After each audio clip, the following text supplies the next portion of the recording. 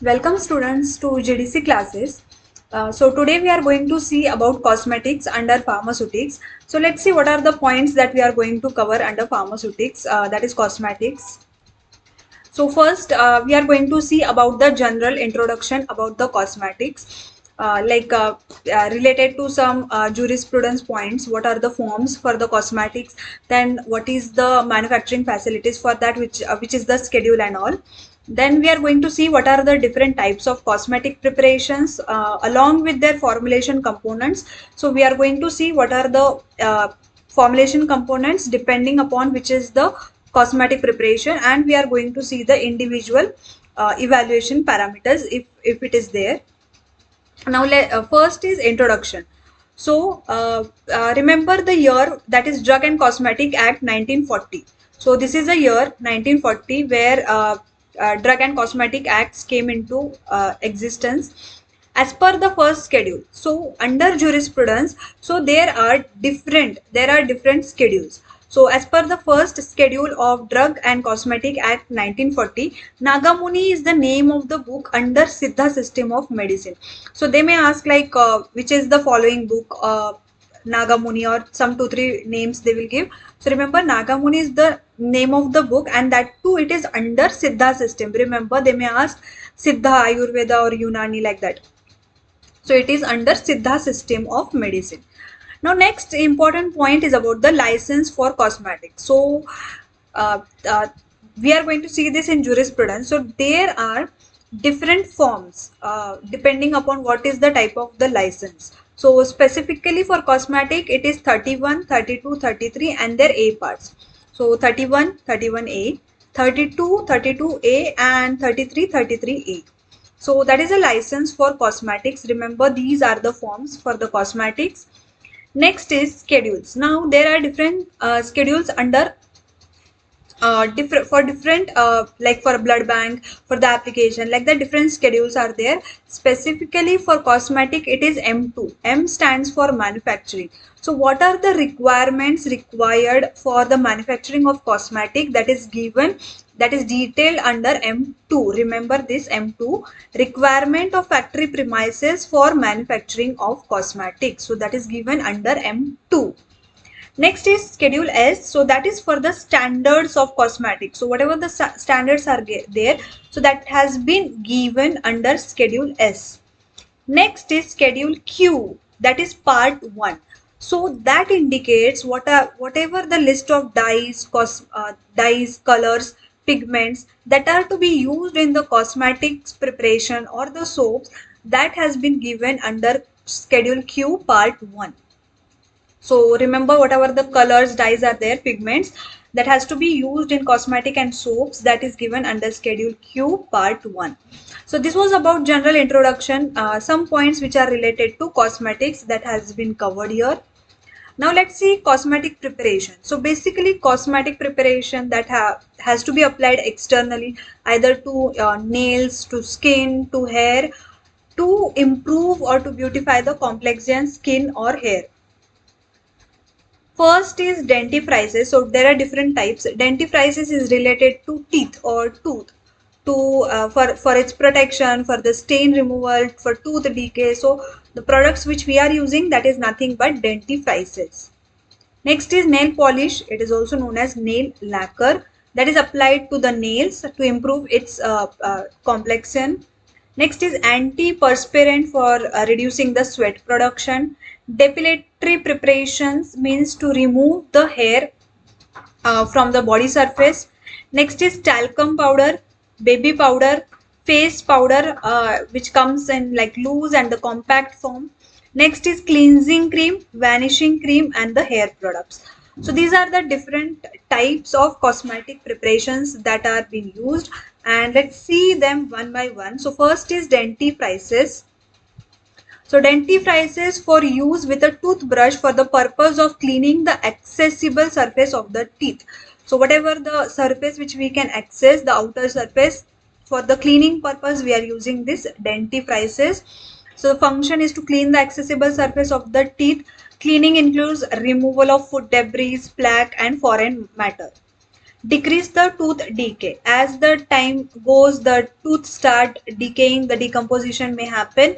So to prevent that, we are using dentifrices. Then it is also used as mouth freshener because some flavoring agent is also added.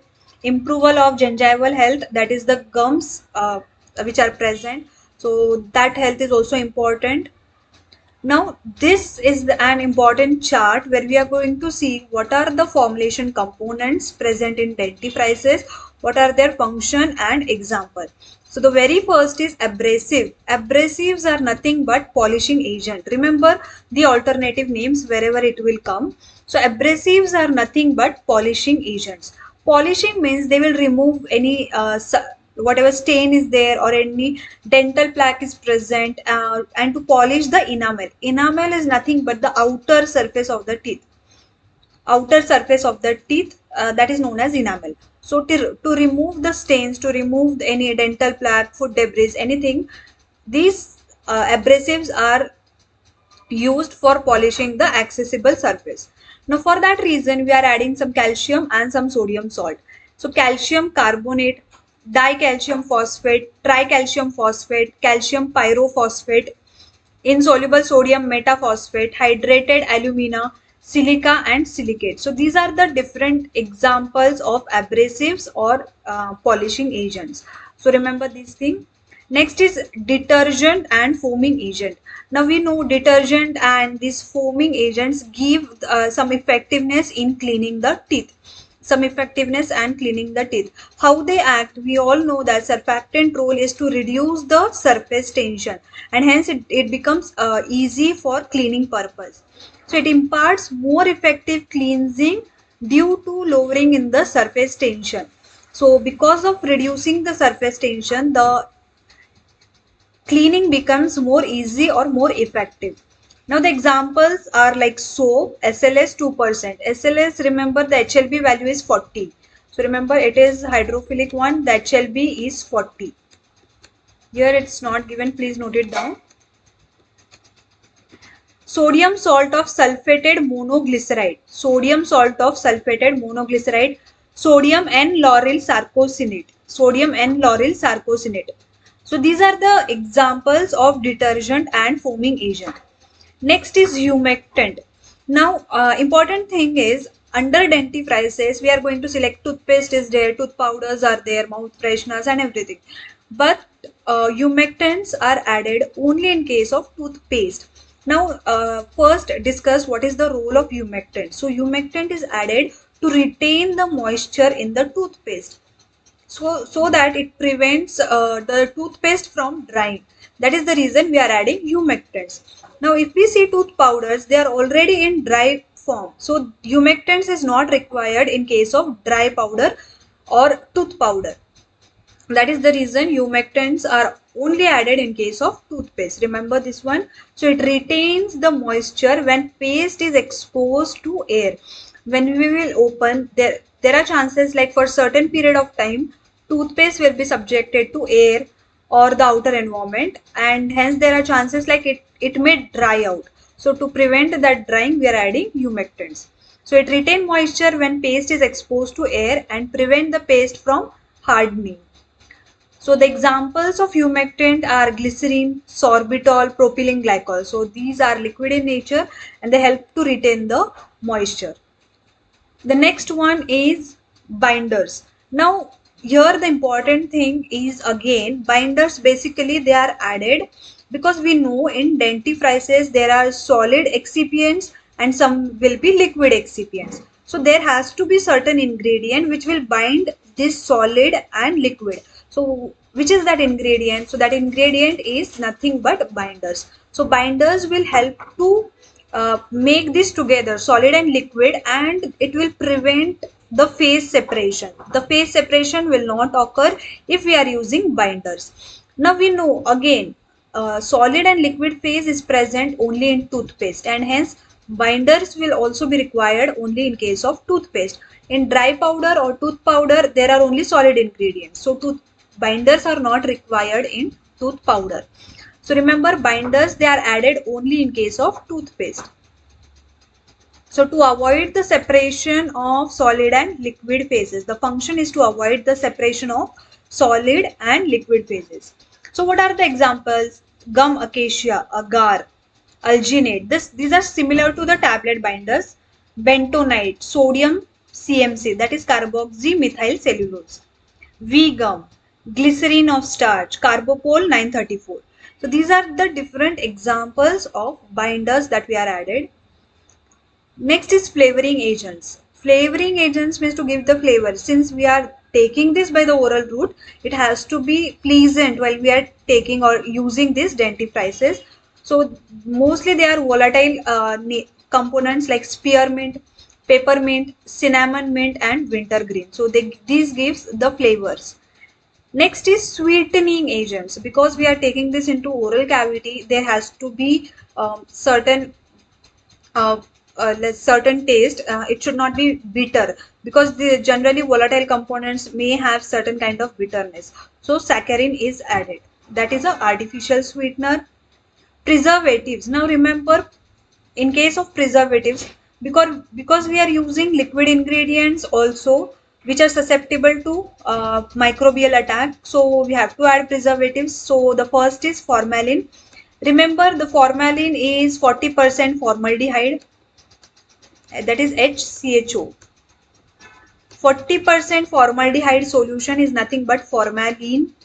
Next are parabens. Parabens we are using like methyl paraben, propyl paraben. Next is benzoate and dichlorophene.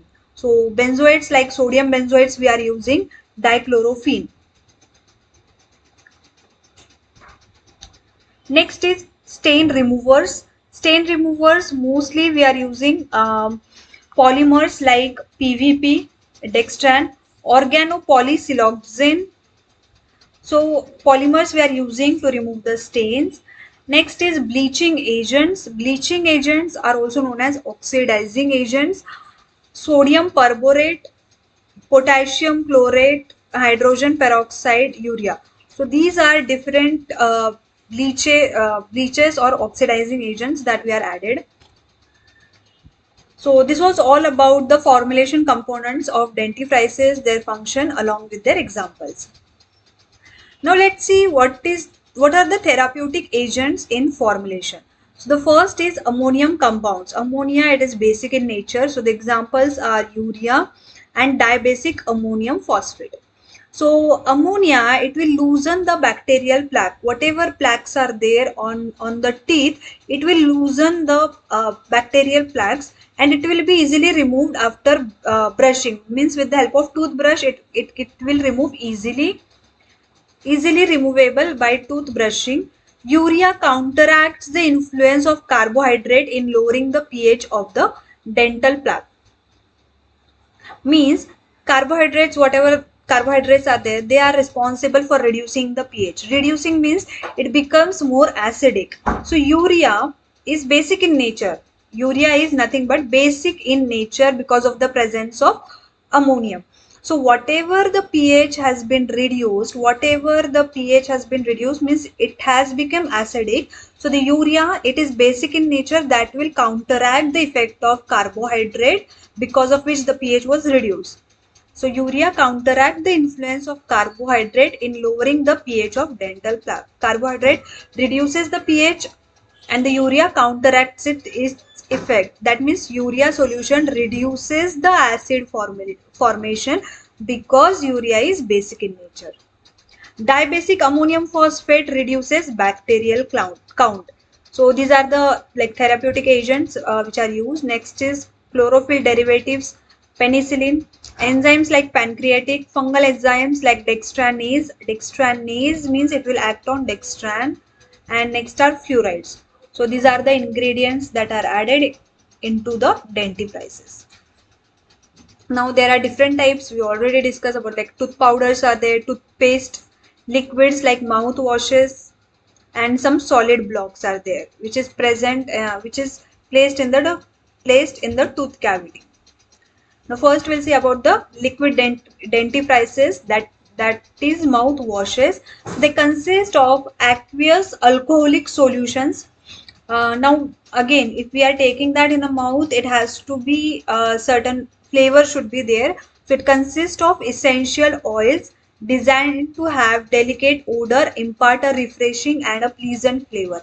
So basically, hydroalcoholic solution is there. This is hydroalcoholic. Hydro means water, that is aqueous, and the alcoholic means some alcohol content will be there, and that alcohol content will be of essential oils to give a pleasant flavor and odor. Glycerin is used as a solvent and for its demulcent or conditioning effect, because glycerin has that soothing effect. A small quantity of saccharin to counteract bitterness of flavors, and some antiseptic materials. So basically these flavoring agents, they kind of have some bitterness. So to counteract that, very small amount of saccharin is also added. Saccharin is an artificial sweetener. Now let's see about the toothpaste. Now we know that this is a semi-solid preparation or paste. So there are two methods: dry gum method and wet gum methods. Now we know the important thing here is humectants are present. Then we are adding some surfactants to lower the surface tension. The only thing is surfactants we have to add at the end, whether it is dry gum method or wet gum method. So we'll discuss that one. The preparation of toothpaste may be carried out by using two methods, that are dry gum and wet gum method. So first is a dry gum method. So in this method, all the solid components of the formulation like abrasive agents, we have seen abrasive agents are nothing but polishing agents. Next is binding agent, except the surfactants are mixed together in a dry mixer. Except surfactant, we have to add these abrasive agents, binding agents, everything together, and we have to mix it. Why we are not adding surfactants in the first step? Because whenever we will add the aqueous vehicle or the liquid formulation, it will create a foam which we do not want to, so that is the reason surfactants has to be added like in a vacuum, and that too at the latter stage. The mixer may be an agitation mixer which consists of slow rotating blades. Again, we have to add, we have to mix it slowly. After mixing the dry ingredients, we have to add humectants and water gradually to the dry mix. The mixing process is carried out till a smooth paste is formed. The remaining ingredients like surfactant and the flavoring agents. Again, the flavoring agents should not be added at the first, because during mixing all the flavor will go, because they are volatile in nature, as we discussed, they are alcoholic in nature. So all the flavors will go while mixing only. So remember, surfactants and flavoring agents should be added at the latter stage, and it is added into the homogeneous paste under vacuum. So this was a dry gum method. Why dry gum? Because dry ingredients we are mixing first, and later we are adding humectants and the aqueous vehicle. Next is wet gum method. So in this, all the liquid components are mixed together to form a liquid phase. For example, water and humectants, they are mixed together. So first the liquid phase is formed. Next is the binding agent is then mixed with the liquid phase. Binding agents like we have seen gum, acacia, tragacanth, with uniform stirring in order to form a mucilage. So when these binders will be added into the liquid phase, a mucilage we will form. Afterwards, we have to add solid ingredients into this one. Again, except surfactants, we have to add the solid ingredients. Again, why? Because it will create a foam. Now water is present here. So if we add surfactant and mix, the foam will create. So to avoid that, except surfactant, we have to add other solid ingredients. It is then gradually added to the mucilage in the step 1 with uniform mixing in an agitation mixer in order to form a homogeneous paste. A smooth paste will be formed. So the remaining ingredients, that is surfactant, flavoring agents, coloring agents, are added under the vacuum. So remember, irrespective of the type of method, whether it is dry gum or wet gum, surfactant and flavoring agent should be added at the last step under vacuum condition to avoid the evaporation of flavoring agents and to avoid the foam because of surfactant. So this was all about dentifrices. Next is nail lacquers or nail paints, nail polish. So these are defined as viscous or semi-liquid preparation that are intended for the decoration of the nails of fingers and the toes. It consists of pigments, definitely the color, the pigments which are suspended in a volatile solvent. Remember, this is important because it will leave a film on the nails. So that has to be volatile solvent to which film former have been added. So in that volatile solvent, we are going to add like nitrocellulose is been added, after which the organic solvent will evaporate, leaving behind the thin film. Now in that also there are certain components and their examples. The first is primary film former. Whenever nail paint will be applied on the nails, it has to form a certain film. So that is a primary film former. So the most popular one is nitrocellulose. Apart from nitrocellulose, we have methacrylate polymers and vinyl polymers. So basically the polymers are added. Cellulose is also one of the polymer. Secondary film forming resin. Resins are like formaldehyde. We are adding para-toluene sulfonamide. We are going to discuss this. Para-toluene sulfonamide is basically for nitrocellulose. It is required. Next is polyamide, acrylate, alkyl vinyl resins. So these are the secondary film forming resins. Next is plasticizer, which gives the plasticity to the film. That nature it will give. So plasticizers are like dibutyl phthalate, dioctyl phthalate, tricresyl phosphate and camphor. So they act as plasticizer. Next are solvents and diluents. Now we discussed there has to be some organic solvent which will evaporate after applying to the nails. So the solvents are like acetate, any ketones, toluenes, xylene, alcohols. So these are the different solvents and the diluents. Next is colorants. Colorants are important. So organic DNC pigments, inorganic pigments. So that has to be approved by drug and cosmetic. So that can be organic, that can be inorganic pigments. Specialty fillers, guanine, fish scale, titanium dioxide, that is coated mica flakes, or bismuth oxychloride, that will enhance the light reflection. Basically it will give the glossiness to the nails, the shiny appearance it will give.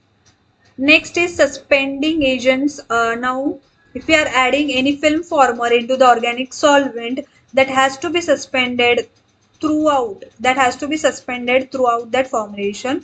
So for that reason, we are adding suspending agent. So for nitrocellulose, which is a primary film former, nitrocellulose. So that is a primary film former.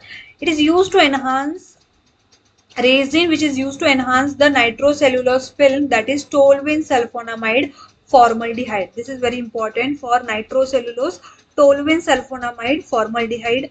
It is used as suspending agents. Now some important points for suspending agents are nitrocellulose. It is the most commonly used primary film forming agent in nail lacquer. This we already discussed. It produces a shiny, tough, non-toxic film that adheres well to the nail plate. Means after applying it, the adherence will be very good in case of nitrocellulose film. The film is also oxygen permeable. Remember, they may ask you like which of the following statement is incorrect or which of the following statement is correct. So in that case, you have to remember it is forming good film. It adheres well to the nail paint or nail walls, and it is oxygen permeable. Now this permeability is essential because it allows the exchange of oxygen, and it will not cause a chipping of nail paint. So that is important. See, it allows gas exchange between the atmosphere and the nail paint. This gas exchange is important for ensuring the nail plate health. Resins and plasticizers are added to increase the flexibility, minimizing chipping and peeling. So in that we are adding some plasticizer and some resins. So the most popular resin to enhance nitrocellulose film is, for nitrocellulose film we are adding toluene sulfonamide formaldehyde.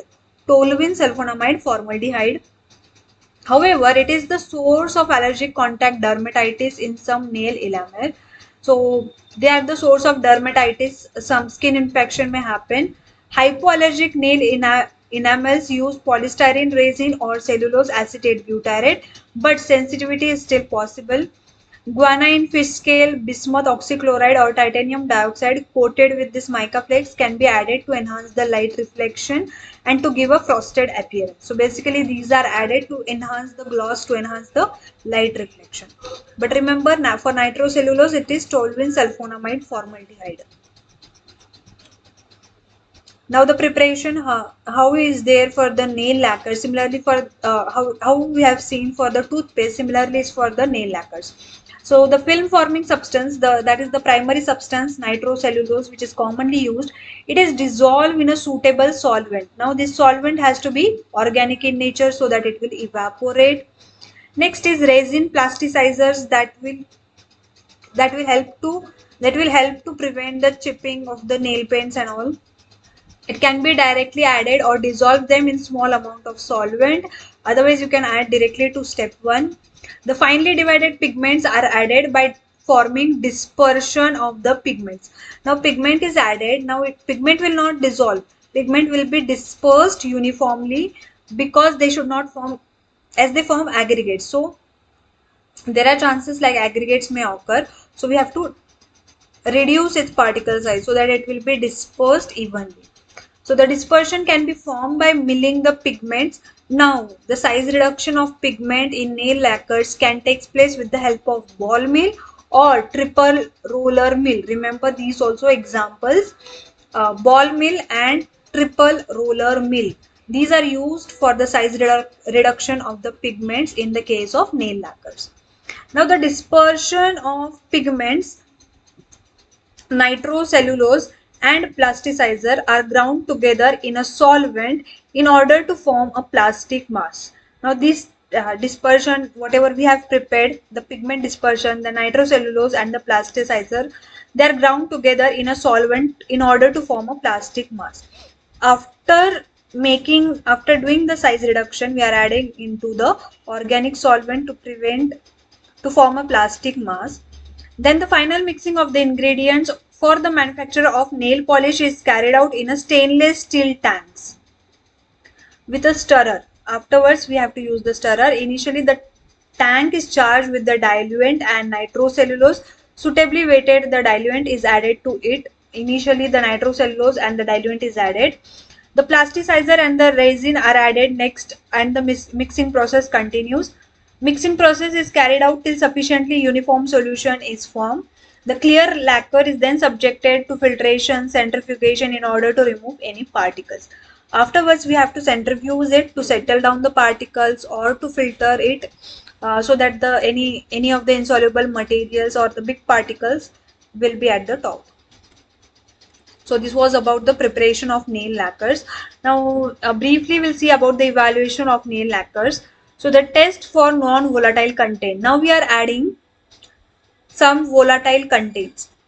So in that non-volatile contents means how much film it will leave on the nail, that we will get. So basically the method which is there for this one is a dish method. Remember, dish method is used to test the non-volatile content. So basically that dish is about diameter having of 8 centimeter. So basically we are adding our content into that 8 centimeter diameter dish and we are keeping it for a certain period of time. So initially we have to take the weight of that, and after certain period of time again we have to check the weight. Means whatever the volatile component will be there, it will evaporate, and whatever non-volatile is there, that will be present. So that is nothing but non-volatile content. Now this is important because how much nail lacquer you are applying to nails and how much it is evaporating and how much it is leaving behind. So that is nothing but non-volatile content. So for that reason, this is important. Next is rate of drying. Again means in how much time the drying takes place. That is nothing but rate of drying. So the test is done in order to check the rate of evaporation of the preparation. It involves a simple process in which the film is applied with an applicator onto completely non-porous surface. If it is pores are there, then the drying may takes place from that pores also, but our nails are not having pores. So whatever you are evaluating, that should mimic this condition. So for that reason we are taking non-porous surface. Then we have to apply it with that specific applicator, and we have to keep it at room temperature that is 25 degrees Celsius, and the relative humidity should be 50%, and whatever the time required to dry is noted.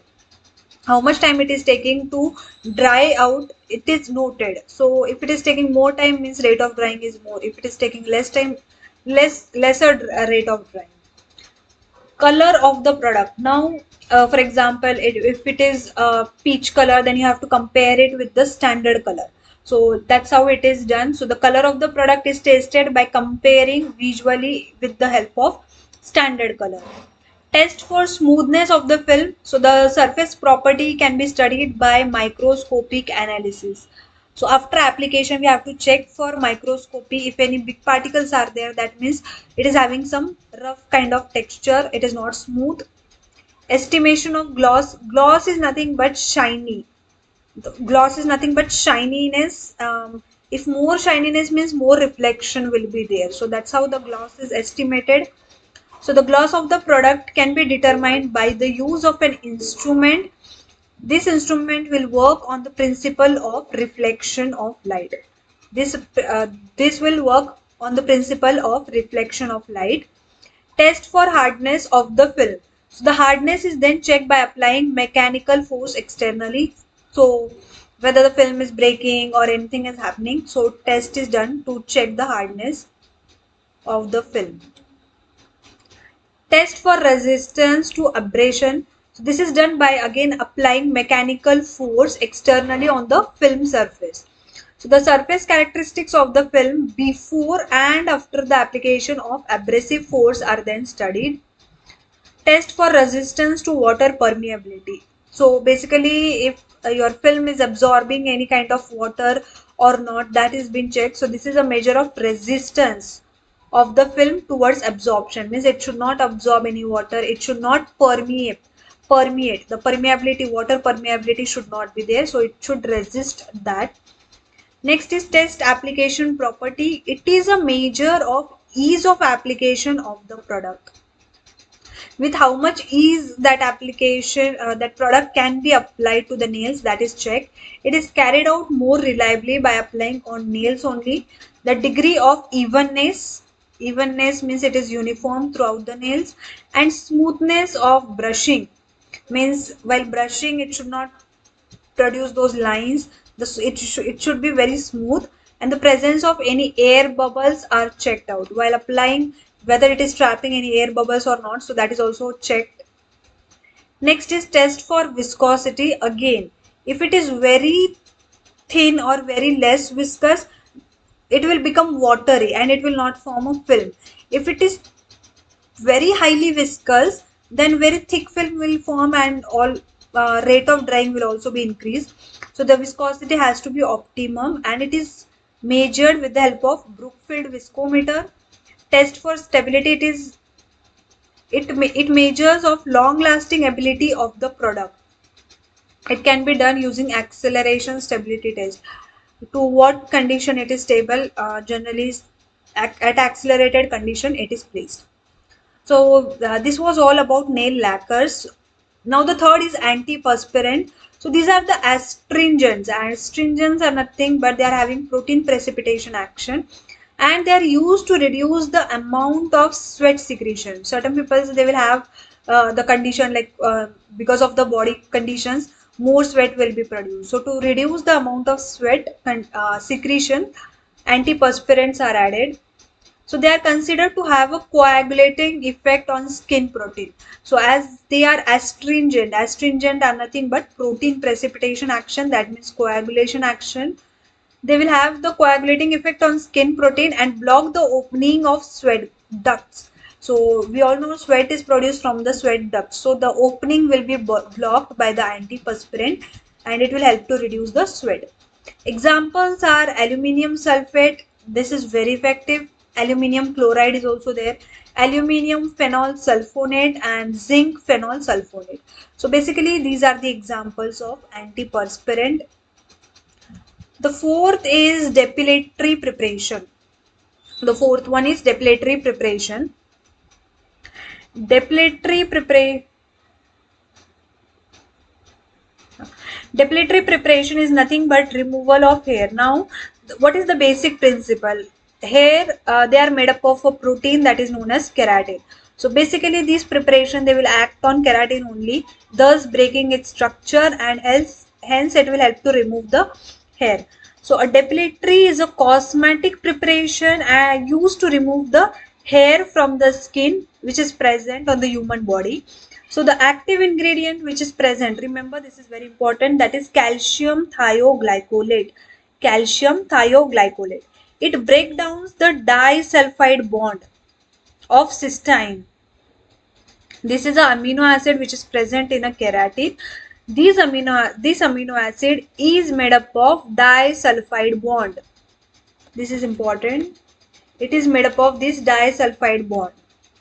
So the calcium thioglycolate will act on this disulfide bond, and hence it will break the structure of keratin. It weakens the hair so that it is easily scraped off.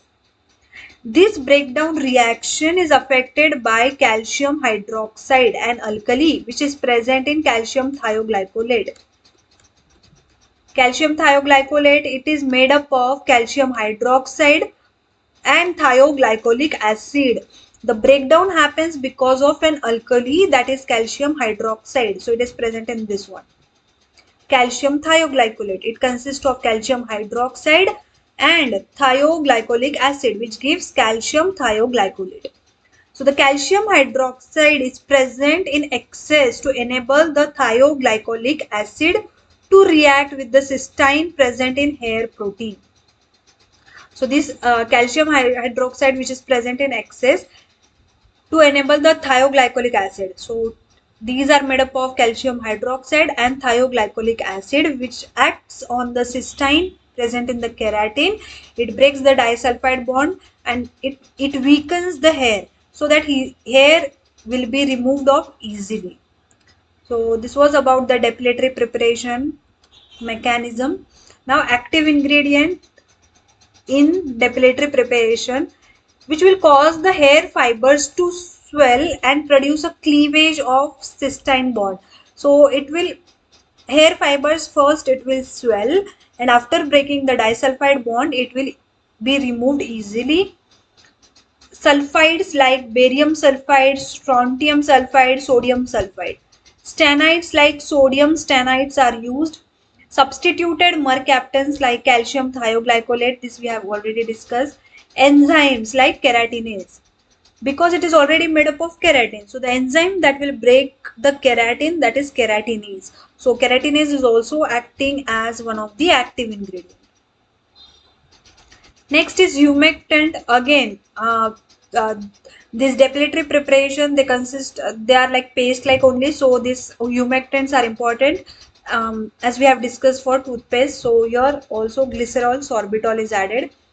Thickening agents like methyl cellulose, because it is a polymer that will give the some viscosity to the formulation. The fifth one is talcum powder. So talcum powder consists of hydrous silicate mineral. This is a hydrous silicate mineral that composed of magnesium, silicon, oxygen, that is SiO2, silica. So that is silica, and water. So it consists of magnesium, silicon and oxygen, that is SiO2, silica and water. So remember the chemical formula of talcum powder, which is important. Mg3Si4O10 into bracket OH twice. Mg3Si4O10 into bracket OH twice. So this is the chemical formula of talcum powder. Zinc oxide is sometimes added up to 5%. Remember, it is added up to 5% and it acts as mild astringent. Remember, zinc oxide is added in talcum powder for what reason? So it is acting as mild astringent. Again, astringent is nothing but a protein precipitation. They will have some coagulation effect. So zinc oxide is added. Light magnesium carbonate is added in order to mix perfume, because to give that certain kind of odor, this light magnesium carbonate is added. Iron oxide may present to impart color. Iron oxide will give certain color. So this was all about talcum powder. Remember what are the ingredients present and what is the chemical formula. Zinc oxide act as mild astringent in the percentage of 5.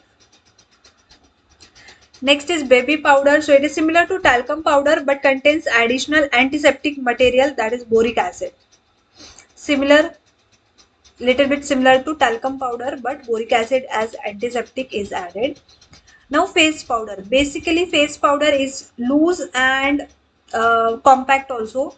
Compact means it will have a compact mass and loose powder means like normal powder it will be there. So in that, first is covering power agents, that is 10 to 25%. The examples are light kaolin, zinc oxide, titanium oxide. So these are the different examples of covering power agents. Adhesives means it has to be it has some adhesiveness to the skin, otherwise it will just go off. So it has to be certain adhesive properties. For that reason we are adding some stearates like zinc stearate, magnesium stearate, calcium or magnesium salt of myristic acid. So these act as adhesive. Remember the function, whatever the ingredients, irrespective of which is the cosmetic preparation, remember the examples and their functions. Next is absorbents. If any excess moisture, excess oil is there, so for that reason these absorbents are added up to 30%. So that is colloidal kaolin, starch, precipitated chalk and Avicel. Avicel is nothing but microcrystalline cellulose. Avicel, many grades are there, but out of that the important one is 101 and 102 grade. 101 is a powder form. Remember this 101 is there, you have to make a P of this, so that is a powder form. 102 is a granular form. Remember this one. Next is slipping agent, slip, that is 70%. Talc is added, zinc stearate and starch.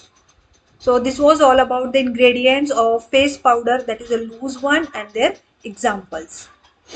Next is compact face powder. So for that reason it is similar to loose powder, means slip, then covering power agents, adhesives, all are similar.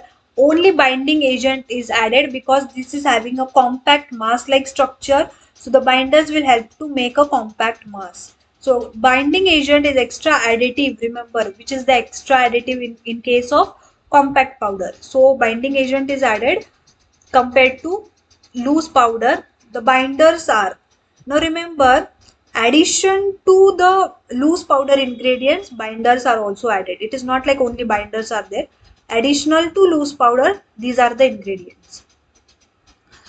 So in case of binders, there are different types, like dry binders like metallic stearates are added. Stearates, they also act as adhesives. Oil binders like mineral oil, isopropyl myristate, lanolin derivatives. So these are liquid in nature basically and they act as oil binders. Next are water soluble binders like solution of gum. Gum means acacia, tragacanth. Then next is PVP, polyvinyl pyrrolidone, methyl cellulose, carboxymethyl cellulose. So these are the different ingredients. Next is about the cleansing cream. Next is about the cleansing cream. So basically the first is a cold cream. Now we have seen that these creams, they are emulsion in nature. These creams are emulsion in nature. So an emulsion of water and certain fats, usually beeswax and other various scent agents, designed to smooth skin and remove the makeup. So the name derives. Why it is known as cold cream? Because a slow evaporation of water takes place, leaving the cooling sensation behind. So the name derives from the cooling feeling that the cream leaves on the skin. So cooling effect is due to slow evaporation of water content. Now this is a emulsion, means oil and water are present. Water will evaporate slowly and because of the evaporation of water, a cooling sensation will be there. That is the reason this is known as cold cream. Cold cream now replace the olive oil with mineral oil or other oils which are slower to spoil, as well as alcohol, glycerin and lanolin. These are added. Jojoba oil or jojoba oil became a common ingredient. Another common ingredient in modern cold cream is borax. So remember, borax nowadays is used. which is also responsible for the whiteness of cold cream. Because of borax, that whiteness will be there. So remember about the cold cream. Borax beeswax cream, initially it is OW type emulsion, but when the cream is rubbed on the skin, it is converted into W by O because water evaporates. So initially it is O by W, afterwards it gets converted into W by O because water is evaporating. So now oil is in the external phase, water becomes the internal. So it becomes water in oil emulsion due to evaporation of water. Remember, this is important. Next is vanishing cream. Again, oil in water emulsion. This is also oil in water emulsion like borax, beeswax cream. Potassium, ammonium or sodium stearate with water. Hygroscopic ingredients such as glycerol. It leaves a protective invisible film. Vanishing cream because it gets evaporated. So it is known as vanishing cream. So this was all about the cleansing cream, that is cold cream, borax, beeswax cream and vanishing cream. The last one is about the hair products. So whatever the shampoo, conditioner, this all comes under the hair products.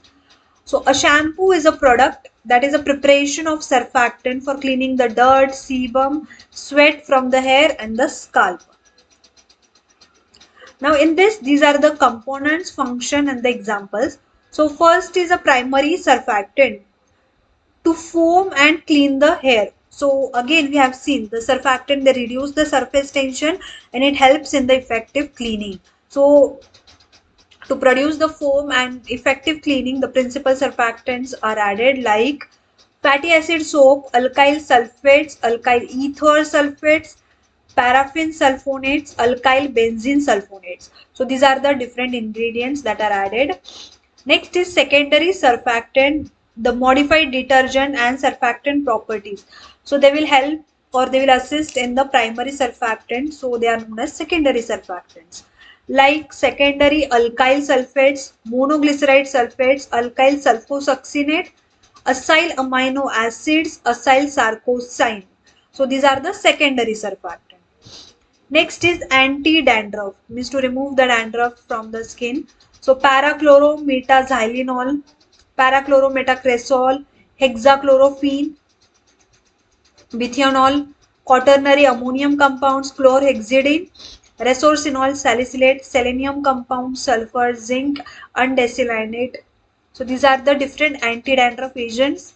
Conditioning agents which will give the smooth texture to the hair. So secondary detergent fatty materials like lanolin, mineral oil, natural products like herbal amino acid, polypeptides, egg, polymeric materials like PVP. So they all give the conditioning effect. Pulsant agent means which will give that pearl-like appearance to the hair. That is guanine, dodecyl ammonium, montmorillonite. So this act as pulsant agent. Sequestrants which give complexing effect, EDTA, ethylene diamine tetraacetic acid, and the preservatives like other ingredients like preservatives, perfumes, colors. So basically these are the components, their function and their examples for the hair product.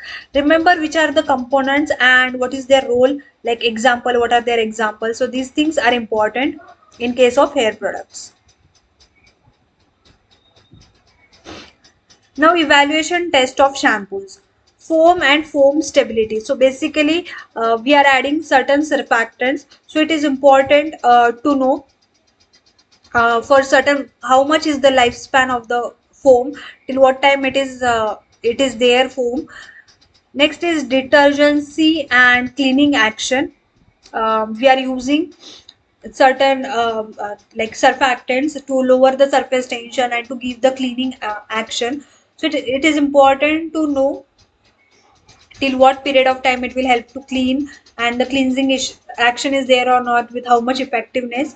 Wetting agents, wetting action, because we are adding surfactant, so surfactant help to reduce the help for the effective wetting.